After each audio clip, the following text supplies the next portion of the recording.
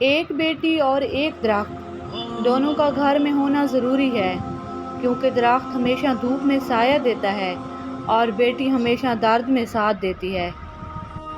خوشی آپس میں بانٹنے سے اس طرح بڑھتی ہے جس طرح زمین میں بویا ہوا بیج فصل بنتا ہے۔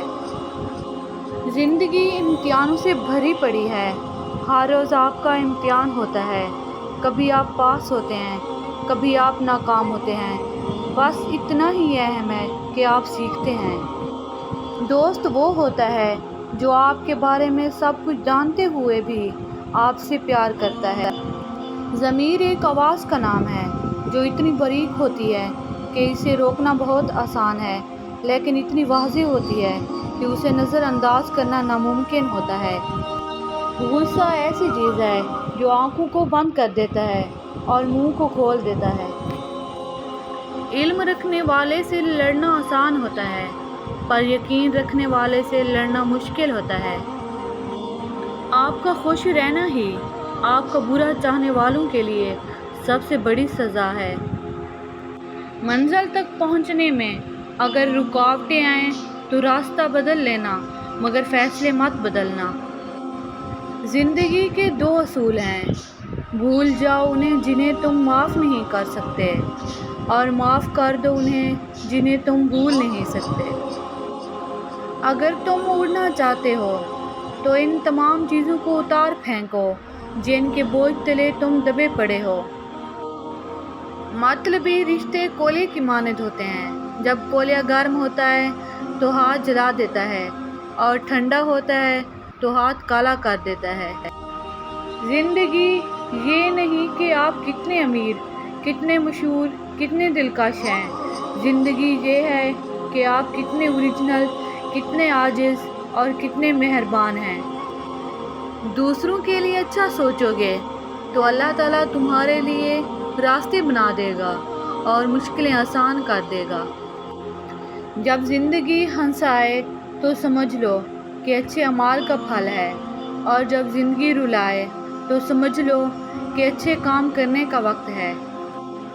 بات تو کردار کی ہوتی ہے، ورنہ قد میں تو سایہ بھی انسان سے بڑا ہوتا ہے۔ خاموشی میں بہت راحت ہے۔ لفظوں کا سفر انسان کو تھکا دیتا ہے، سو خاموشی سے اپنے دن کے کام کیجیے، آپ کا کام خود شور مچائے گا۔ فرعون کے گھر حضرت موسیٰ علیہ السلام کی پرورش یہ ثابت کرتی ہے کہ جہاں شر کی انتہا ہوگی وہیں سے خیر کی ابتدا ہوگی۔ شعور کا پہلا درجہ خاموش رہنے کی عادت، دوسرا درجہ بدتمیزی کا جواب نہ دینا، اور تیسرا درجہ بد اخلاقی کا جواب اخلاق سے دینا۔ آپ کے سانس گنتی کے مقرر ہو چکے ہیں۔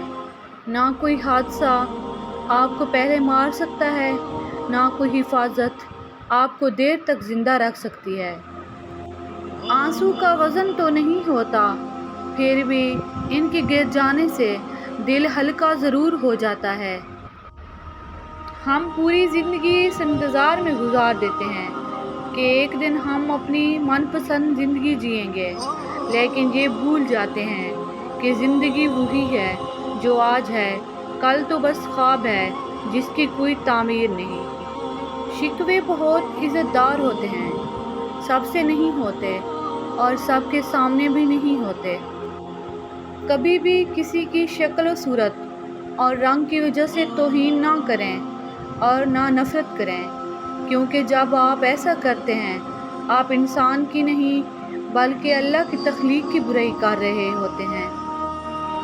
جہاں لگے اہمیت کم ہو رہی ہے وہاں جانا کم کر دو، پھر چاہے کسی کا گھر ہو، بات ہو، یاد ہو یا دل۔ وقت گہرے سمندر میں گرا ہوا موتی ہے جس کا دوبارہ ملنا ناممکن ہے۔ جو شخص حق ہوتے ہوئے جھگڑے کو ترک کر دے اس کے لیے جنت کے درمیانی حصے میں مقام بنا دیا جاتا ہے۔ آزمائش ان کے لیے ہوتی ہے جنہیں اللہ چاہتا ہے، اور صبر وہ کرتے ہیں جو اللہ کو چاہتے ہیں۔